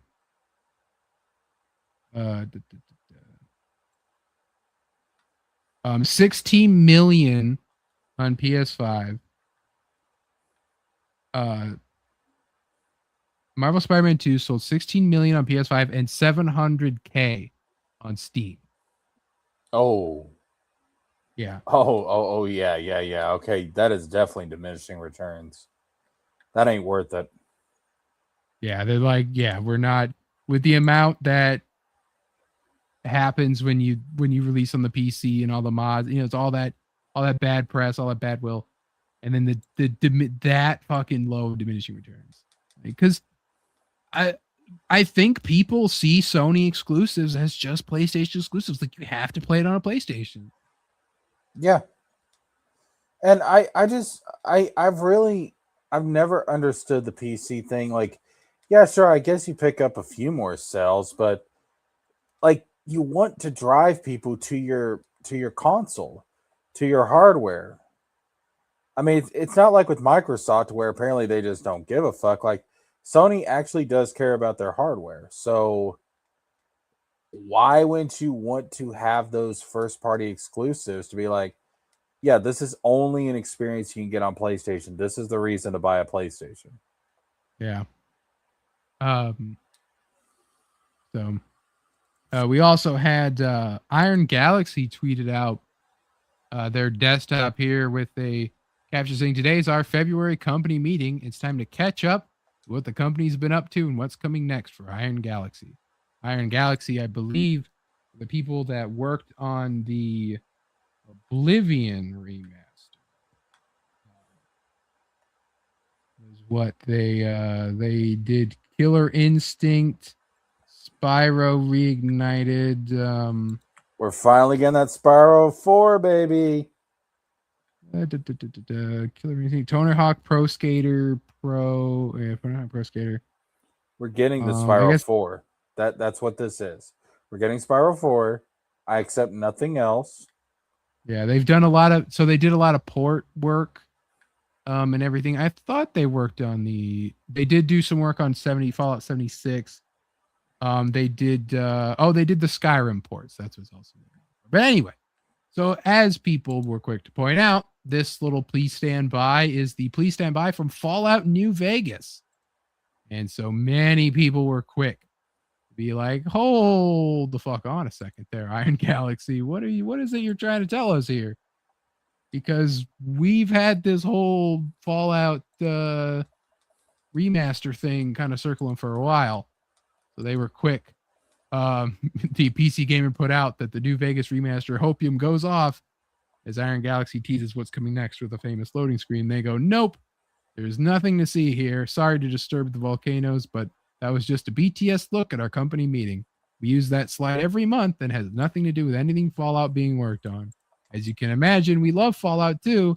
Now pardon us as we retreat back into our vault. This is exactly what a company secretly working on Fallout remasters would say. You bastards. So once again, the Fallout bastards. The Fallout remaster news crashes and burns until now that is the worst kept secret in gaming, because as we'll talk about next week, Assassin's Creed Black Flag remake finally got announced by Ubisoft. Wait, what? Yep. Very unceremoniously. We'll talk about it next week. They literally just said they're working on it with a picture. Picture kind of looks like AI, but yeah. We're working on it. Here's a picture, I'll give you a picture of Atreus or Altair, whoever the fuck that was in Assassin's Creed Black Flag. Fuck it. Edward Kenway. How would you forget? How dare you? I didn't forget. I'm making a joke. You're doing it for the bit. Okay. I'm doing a bit that they don't give a shit anymore because they're Ubisoft and they're like, whatever that character was, you know. We're just doing this to fucking reuse the asset, reuse the Skull and Bones assets. It was the fucking Fonz. That was the main character. It was Fonzie. And fucking Assassin's Creed Black Flag. That was the main character. It was the Fonz, right? Yeah, I thought I had saved this, but I'll drop this as just a little. We'll talk about it. We'll just go. So they basically released a whole article that was like, here's what you can look forward to in 2026. And they go over just news about a lot of their stuff. But then they're like, oh yeah, Black Flag resynced. Here you go. And it's just like, just there. Yeah, here it is. And this almost looks like, I mean, it's concept art, but it's just like, this could be from the last game. But yeah, here's the finally announced. Just threw it on there. There you go. And they basically said like, some whispers have a little more wind in their sails. This reads like it was written by fucking AI. Oh my god, I just now noticed this. Speculation around Assassin's Creed is not new, but it's worth repeating. Quote, nothing is true, everything is permitted. Well, except in this case, some whispers have a little more wind in their sails. Keep your spyglass on the horizon, parrot emoji. Bro, that ChatGPT doesn't writes like this. That doesn't look like in-game no, like an in-game picture. This is concept art. I have the Black Flag like booklet, and they're painted exactly like this. Like it's like concept art's painted. Because also this Edward, the feet don't. He's just there. He's just superimposed over this mast. So yeah, we'll talk about all this probably next week again. But yeah, so they just announced this. Like, yeah, we know everyone knew it already existed. So here. Fuck it. And it's like, again, according to the rumors, they aren't going to fuck it up as badly as they could, which is good, but we'll see what happens. I don't trust them. Oh no. Look, man, it's Ubisoft, bro. Don't get your hopes up. They will fuck it up somehow. Someone said, like, there better not be XP and a health bar on this fucker. I swear to God. But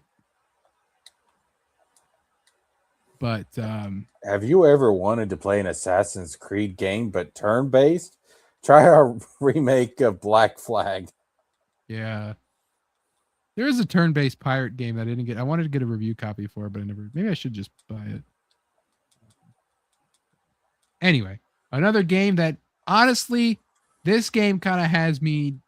I've been side-eyeing it for a while, waiting for the day, and it's just like I do kind of want to play it though. I heard that it's boring, but I do want to play it. And that's that Starfield is reportedly finally coming to PlayStation. On April 7th. With a retail release. Pre-orders will be starting around March 17th or 18th. So Starfield. And Starfield also has like new DLC that should be coming out. And it's like, damn it, I really do kind of am interested. Like, I don't want to be, but like, those Bethesda games sometimes, sometimes they do grab you a little bit, but I won't buy it at full price though. I'll wait. I will wait. Thank you. I'll get the full all DLC package for like $40 in like a year and a half or whatever. But I mean, I almost bought an Xbox for this game. Are you And serious? I fell for Todd's lies.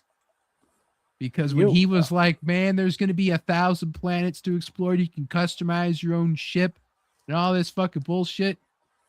I was like, you almost had me, Todd. And then it came out and it was like, this game's empty. This game's boring. This game's stupid. All this shit. I'm like, I'm glad I didn't fucking do shit there. I'm glad I didn't touch it.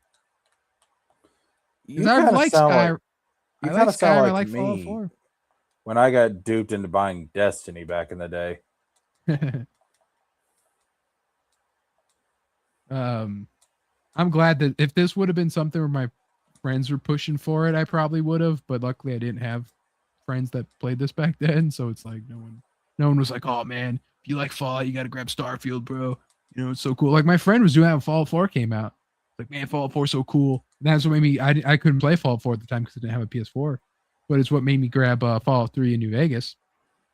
And I love New Vegas. And then I did get Fallout 4 later, and I do love Fallout 4 because it's like, man, it's like Skyrim and like Fallout, and it's cool. But then this is like Skyrim and Fallout in space, but it's fucking empty. Like, they could have had an all-time banger game if they would have just kept it within our solar system. Like, just had big maps of like Mars colony and Mars caves, and it's like fucking Venus. And it's like, ooh, that would like, yeah. Pluto.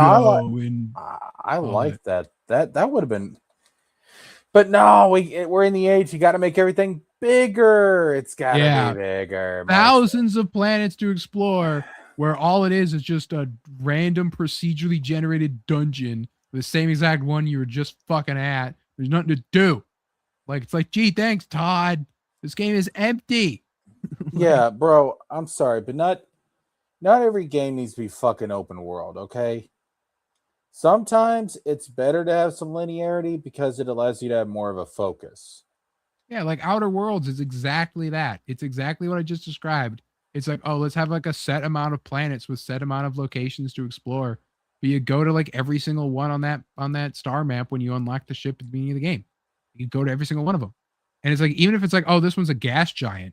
Like, oh, well, then think outside the box. Like, think of something you can do when you go to a gas planet in this super sci-fi game. Like, oh, we have these like cloud mines where we have these like space stations inside the planet where they mine the gases, or like you could do a lot with that.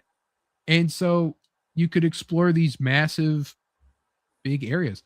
Like I said, Starfield could have been an all-timer if they went with that, but instead they went with the barren ass planets. Yeah, Baki says Xbox knows. Yeah, Xbox is dead. And once Starfield goes on PS5, it's over for him. But I'll keep my eyes out. I think these developers really need to understand, like, making your game like big and expansive just ain't as impressive as it used to be.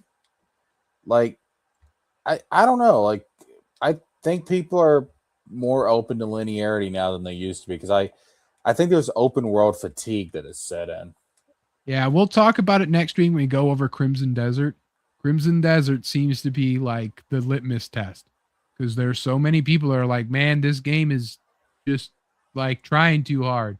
Because it's talking about how it's like, it's double the size of Red Dead Redemption 2's map Whoa. or something, or it's like 5 times bigger than Skyrim. They had some type of quote with that. Twice the size of Skyrim, larger than Red Dead Redemption 2, including verticality and floating islands. Like, we'll go over whether or not this game is too good to be true or what. All next, we're like, I was almost going to dedicate the whole show to Crimson Desert, but I also didn't want us to just, because I had nothing really to contribute to that. But we'll definitely give a big part of that. I'm going to try to grab all of what I can and put. You're going to dedicate the whole show to it, and then Kratos stepped in. He was like, "No, boy, no." Well, it was the Lanterns trailer leaked out, so James Gunn just released it officially. So it's like, damn it, now we got to talk about Lanterns next week, which is wait, fine. it got put out officially? Yeah, it was James Gunn put it out officially a few hours ago. Oh, I saw it was leaked. Oh, I got to go watch that then. Yeah, I watched a part of it. I watched the one part that was already kind of out, but yeah, so we'll go over that next week. But yeah, so let's get to now the last main story, which is of course the purchase of WB by Paramount Pictures. Paramount paid Netflix $2.8 billion to end their agreement. And it was officially confirmed that Paramount are now the owners, incumbent or whatever, like however you describe it. There's still a lot of shit that has to happen, Wizard. We talked about it when Netflix got them, you know. The shareholders have to vote on it. If they don't agree to it, then this thing's dead. There's some overseas legal stuff that has to be taken into account. Like, this is far from over. Yeah. Like, there's a lot of things that have to happen. And even when this is a done deal, it's going to take months before they officially acquire Warner Brothers. Zaslav says 6 to 12 months for it to close, and if it doesn't close, then Warner Brothers gets $7 billion. So here's where my theory comes in. What if they did this just to get the $7 billion, and then they're going to go back to Netflix and go through with that deal instead? Because this is kind of ridiculous. Paramount's paying like what, $110 billion? Yeah, Paramount, who's already in debt. And Netflix said, the CEO of Netflix came out and said, this is irrational. Because this is like $40 billion more than what Disney paid for Fox. This is fucking... if this goes through, I don't know what Paramount does to financially recover. Because this seems to me like Zombie Boy is here. Hello, Zombie Boy. Thank you. This seems to me like Paramount's going to go under and somebody's going to end up buying them. Yeah, it'll be like fucking Netflix is going to own Paramount and Warner Brothers. And maybe that was Netflix's plan all along. All according to plan. But do I think most likely this deal is probably going to go through?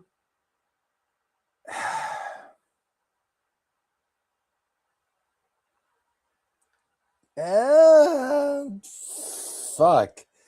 55? I mean, we were so sure with the Netflix one. Now we don't know what to say. I'd say 55-60% chance maybe this happens. But there's a lot of what ifs and variables here that could really put the kibosh on this whole thing. So I don't think it's settled by any stretch of the imagination. Well, if we can walk, let's let them dream as we talk about the new details about the merger. Which it is. I remember when we were talking about this before that if anyone else bought WB, it was a merger. Netflix, it was a buyout, and that was a very important distinction. So that could mean it has more of a chance with this one. But HBO Max and Paramount Plus will be combined into one service. Fuck that shit. I hate that shit. Like, it's nice, but it's like, man, I hate the streaming services shit. It's just kind of sucks sometimes, especially when it's like now you just merged Discovery Plus and Warner Brother and HBO Max into the new HBO Max, right? You just did that when you bought Discovery Plus, and now you're going to do it with Paramount Plus. So that's just some shit. But 15 films per studio with 45-day theatrical windows for each film. I don't know if that's normal. Bro, I heard they were talking about between Paramount and Warner Brothers, they were talking about 35 films a year. Yeah. Where the fuck is Paramount getting the money to, first of all, buy Warner Brothers for this much money? And second of all, to then produce this many fucking films a year? Like, where is this cash coming from? I don't know. Something about this is really fishy to me. Something about this does not make sense to me. Well, especially with this merged company will have approximately $79 billion of debt between both companies. Because they inherit the debt. They take on the debt.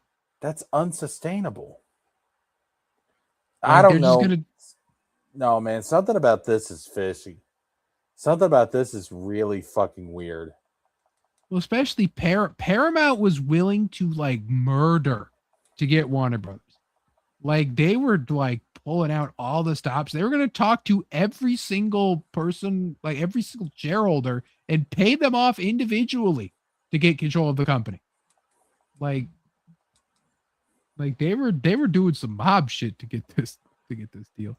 $6 billion in cost cutting, including consolidating on tech infrastructure, real estate, corporate overheads, and more.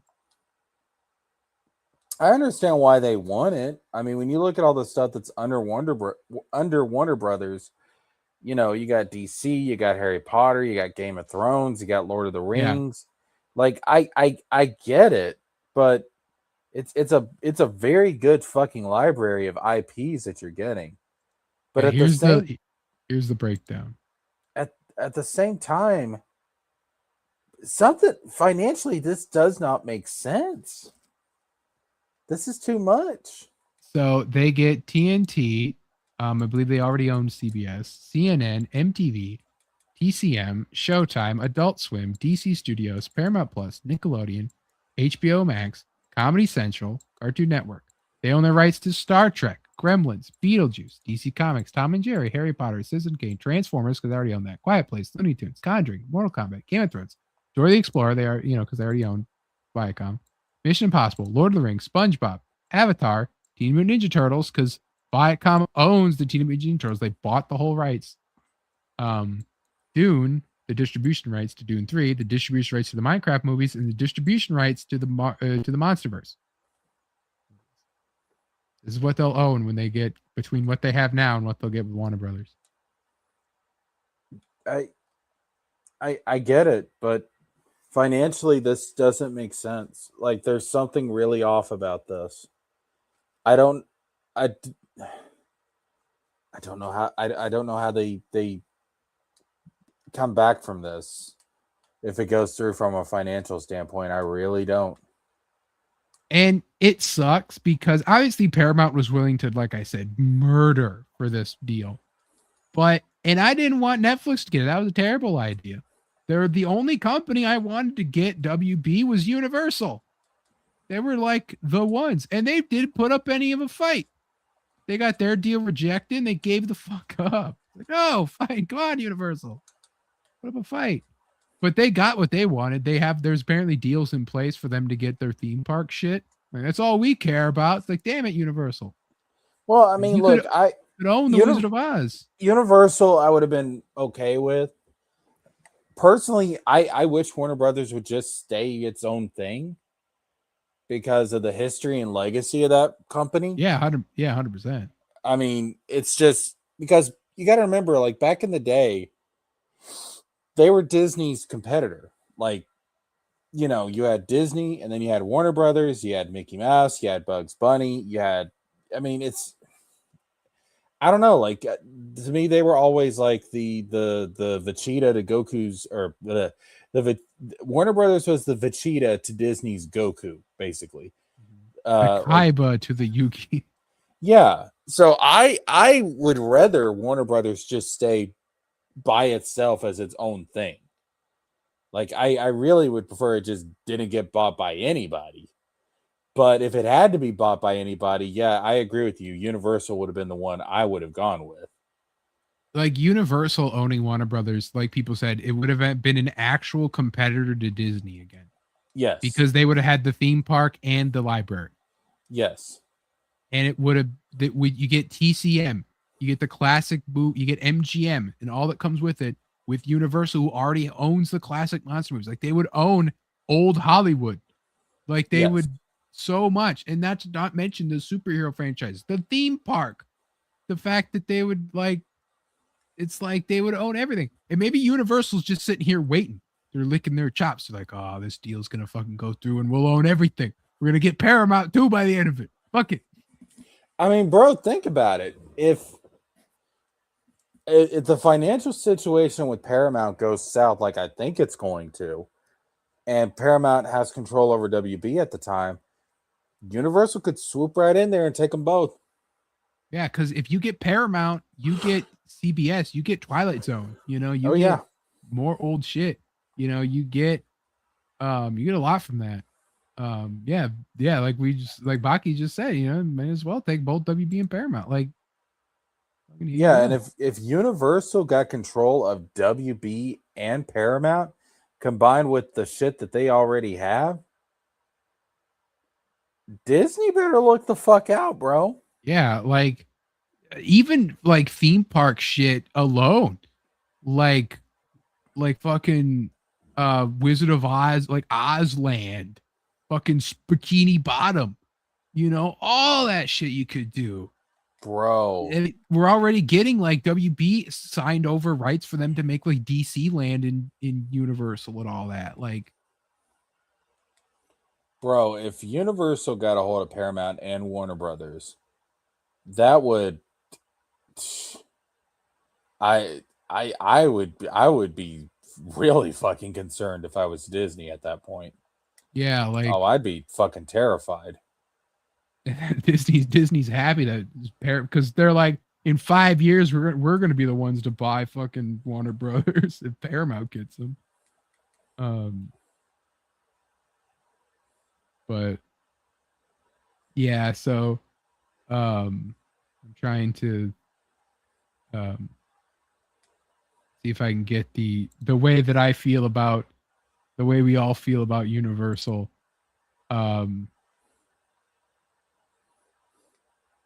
Is this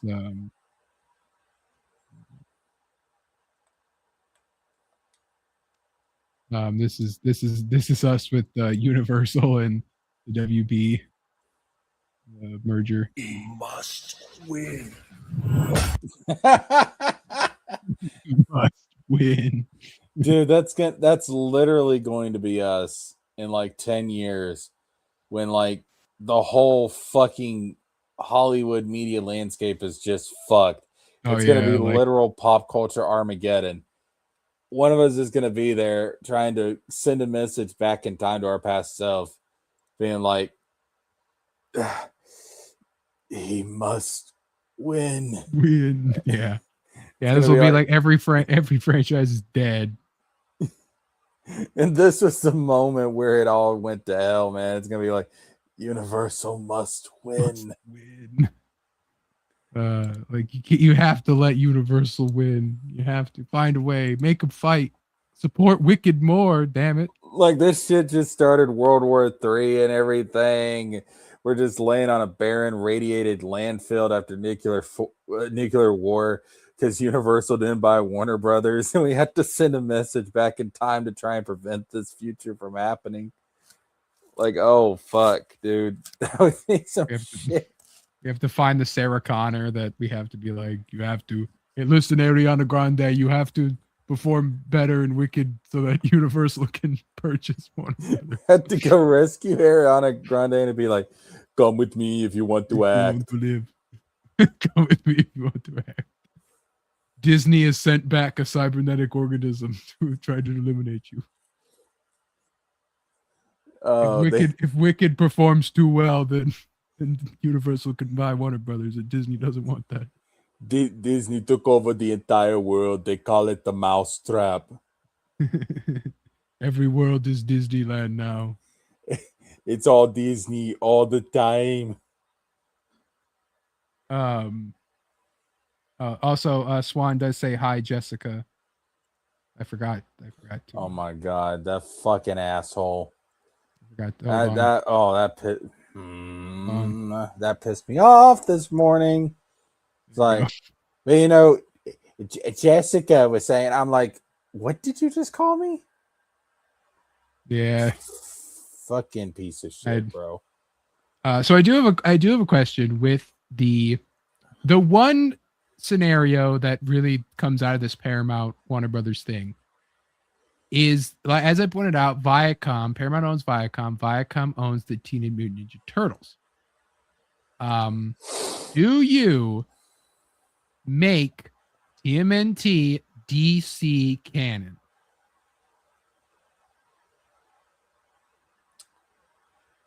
And all that comes with it.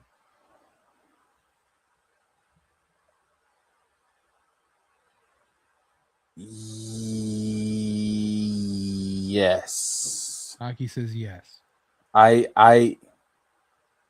Yes. So all the Dimension X and the Pterodons and the ooze and the foot. Yes. Because I think there's enough leeway in the DC universe that you could make it fit. I believe so as well. You have to be very careful about it. You have to be very smart about it. But yes, I think you can make it work. You doing that opens up a lot. You have to keep them in New York. You can't be lazy and put them in Gotham or Metropolis. Oh yeah. Got to keep. No, you're right. New York, yeah, does exist in the DC universe, so that's, you can do that. But the amount that it would get to be able to do like Foot Clan, different from the League of Assassin Shadows, different thing. But Foot Clan, that's still cool. The idea of like, yeah, here's an idea of a Pterodon Green Lantern, right? Because they'd exist now in the universe. Like, that's cool. You could do that, and you like do that.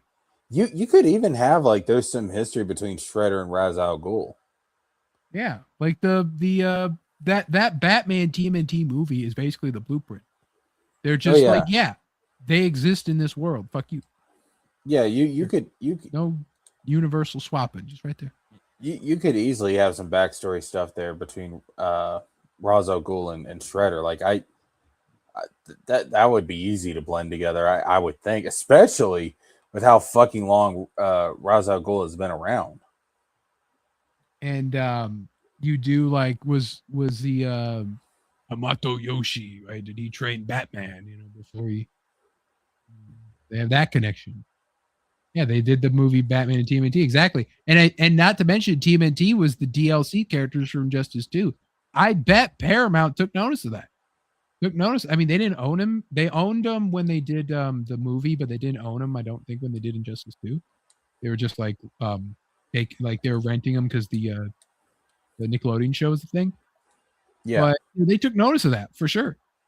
And so I think that's what's in their heads. It's like, if we own DC Comics, I wouldn't be surprised if they canonized the TMNT and don't keep them as like a separate thing, like a different universe that sometimes crosses over.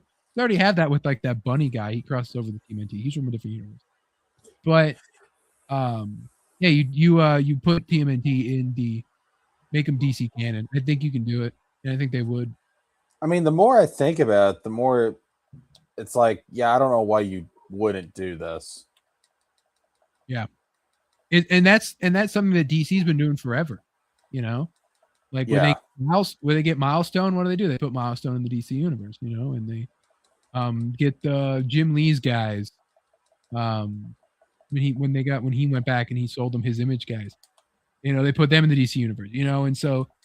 Yeah, DC's been doing that for a minute. So it'll be really easy to be like, yeah, here's the Ooze and here's the Krang and here's the all that stuff, and there you go, and they work because you can do lighthearted, campy fun with them like DC. You can do dark, gritty detective stuff, you know, and so. Yeah, no, I think that makes a lot of sense actually. So that really is the only good thing that could possibly come out of this merger. Well, I mean, also, Paramount does the Sonic movies, so you could get Sonic versus the Flash in a race. That could finally happen. That's the other thing is those Flash comics do appear in the Sonic movies. So Paramount's been planning this. Damn it, they fooled us all. They've been planning this for years. Whole fucking time. Played us like a damn fiddle. How could we not see this coming? It's like we're gonna like if you zoom in really far in the Paramount Mountain, you see a water tower on it. Son of a bitch. They know. They've been planning that. Like you go back to like the earliest Paramount films, and like there's a little Warner Brother like logo on stuff, and it's like, oh my god, they've been planning this for decades. You know, it's they've been wanting to take over they've been wanting to own DC, they've been wanting to own everything. We thought Disney was the threat. It was Paramount all along. And then like next thing you know, then they're like, Paramount has done hostile takeover to buy Disney. They're like, what? Oh shit. How could they do that? They're like, but Disney's not fighting back. Like, what? Stop it. Fight back, Disney. What are you doing? Don't give up. I just can't fight anymore. And it's like, oh my god, like Mickey turns around and then you just hear like the gay, and it's like SpongeBob. It's like fucking spatula. Dear God. Oh my god. Something more powerful than Mickey Mouse. Donald, tell Minnie I love her. We couldn't see it coming. Well, Paramount also owns Garfield because Viacom bought Garfield's rights as well. So you have like, oh, I don't really want to eat this mouse, but whatever. Oh my god, that's a fucking image.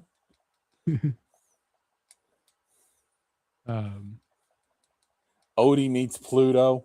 They get into a dogfight. And they're both too stupid. They're both too stupid. They'd just be like happy to see each other. Pluto's not stupid. When is Pluto? Nah, but he's dog-like. So he's just like they'd just be all like. Pluto's a good boy. He's very loyal. Yeah, Odie's stupid, so he'd just be like, "Hi." Yeah, Odie's an idiot. Just like Garfield's like 80s version from his TV show, right? Where he's just like breaking the fourth wall and he's all sarcastic. You know, that would be he'd be the one to meet Mickey and he'd just be like, yeah, get a load of this guy. You know, like I'm Mickey Mouse. Like, weren't you a Nazi back in the 40s, Mickey? And he's like, no. I'm like, what are you talking about? We don't talk about that. People go missing when they bring that up. But anyway, let me see if we got anything to talk about. We can save that for next week. We also have next week as well. There is a brand new another retro beat 'em up based off of an 80s property coming out. And I did see a tweet of it that it's like, all right, I think we're done now. It gets to a point where we got to do these classic retro arcade beat 'em ups of like Like, oh, we got a Marvel one. Okay, that's cool. Oh, we got a Power Rangers one. Okay, yeah, sure. Like, oh, now they just announced a He-Man one, and it's like, okay, yeah, I think we're done now. I think you want to do Transformers? Sure, maybe you shouldn't. You want to do fucking G.I. Joe? Sure, maybe you shouldn't though. Like, it's like they don't all need them. But on top of that, we'll once again cover more live action video game adaptations as we go over the Life is Strange TV series coming to Prime That's a Video. thing. That is a thing, and we will be talking about it, as well as watching possibly the trailer for Mortal Kombat 2 that got released. As well as going over what we talked about earlier, the new news coming out of Ubisoft and Assassin's Creed. The confirming of the return of the Sonyverse that we talked about that we cover this week, but we did not, as well as the trailer for Lanterns, plus who knows what else will come out, as sometimes the good news just hits us. On top of that, I also want to cover the Crimson Desert stuff, whether or not that game is even real. But we will have to see what we can get to. But thank you, everyone, for being here. Thank you, Baki. Thank you, Roygen, for sticking around as always. Thank you, Swan, for stopping by, as well as Zombie Boy, who came in to say hi. And, of course, Victor, the Lore Seeker, and Cynic also here. Thank Cynic's you, had a chat. very interesting 48 hours, hasn't he? From what I hear, yes. We love you, Cynic. He's not here. He's back on he's law tubing. Anyway, thank you, Jessica, for being here. You're welcome. Thank you, Jessica, for being here. Well, I won't be here next week then. Fuck you. I hope if you go on King Stream or CG Church, you don't notice, because it'll be funny. Asshole. Did you notice it?